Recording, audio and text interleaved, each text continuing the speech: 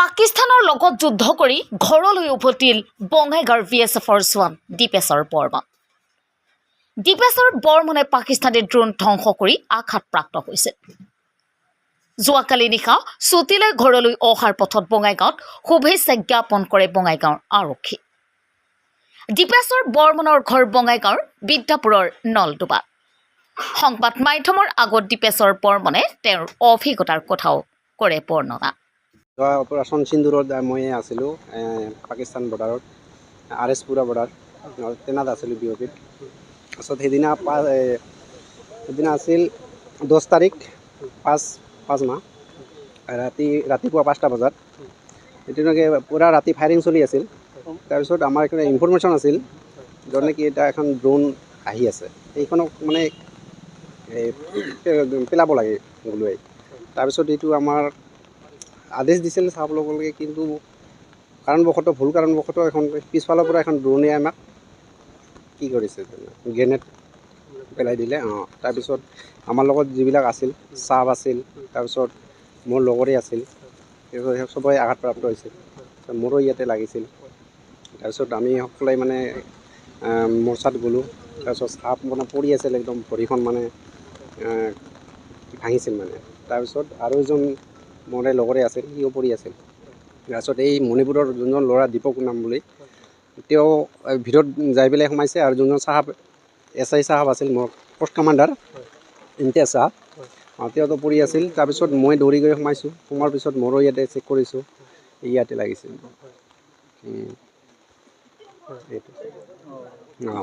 তাৰপিছত মই এখন গামোচা পাইছোঁ, গামোচা দি এইখন পূৰা বঢ়িয়াকৈ বান্ধিছোঁ। ভৰিত এটা লাগিছিল স্প্লেণ্ডাৰ। তাৰপিছত মোৰ লগৰবিলাক চবেই পৰি আছিল, চিঞৰি আছিল।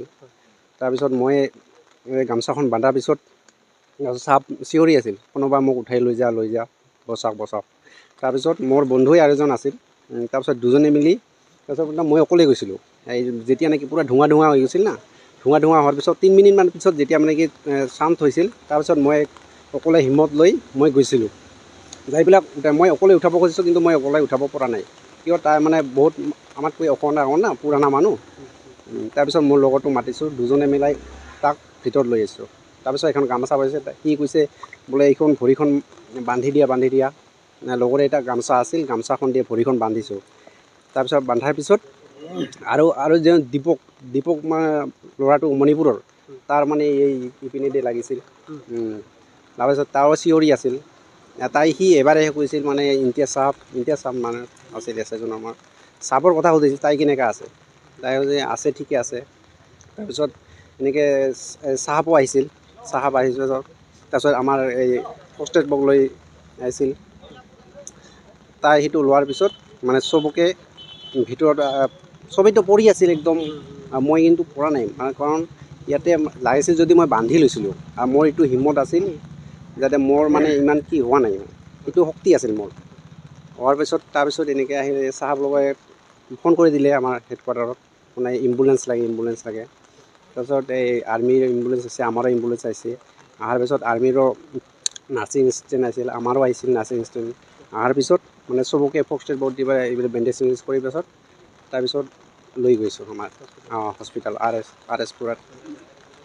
তাৰপিছত বঙাইগাঁৱত আপুনি তাতে মই আমাৰ 66 MH মিলিটাৰী হস্পিটেলত আমাক ৰাখিছিল 15 দিনৰ পিছত আমাক ডিছচাৰ্জ দিছে। ডিছচাৰ্জ দিয়াৰ পিছত 27 তাৰিখে আমাৰ ইউনিটত গৈছোঁ। তাৰ পৰা মোক ছুটি দিলে, মেডিকেল ছুটি। বঙাইগাঁৱত আজি উপদিলে বহুত মোৰ কাৰণে চবেই ৰখি আছে। মই দুখিত, মানে লেট হোৱাৰ কাৰণে, ফ্লাইট লেট হ'ল। আৰু বাকী কেনেকুৱা অনুভূতি, কেনেকুৱা লাগি আছে বঙাইগাঁৱত আজি পৰিয়ালক লগ পাব আপুনি? ভাল লাগিছে। মোৰ ল'ৰাটো ইয়াতে আহিছে। আপোনালোকে মোৰ কাৰণে কষ্ট কৰি আছে বৰষুণত। আপোনালোকে আছে, আমি আছোঁ, এইবাবেই। Thank you so' much. Thank you. বঙাইগাঁৱৰ পৰা মালিক কুমাৰ দত্তৰ ৰিপৰ্ট, TTN সত্য সংবাদ।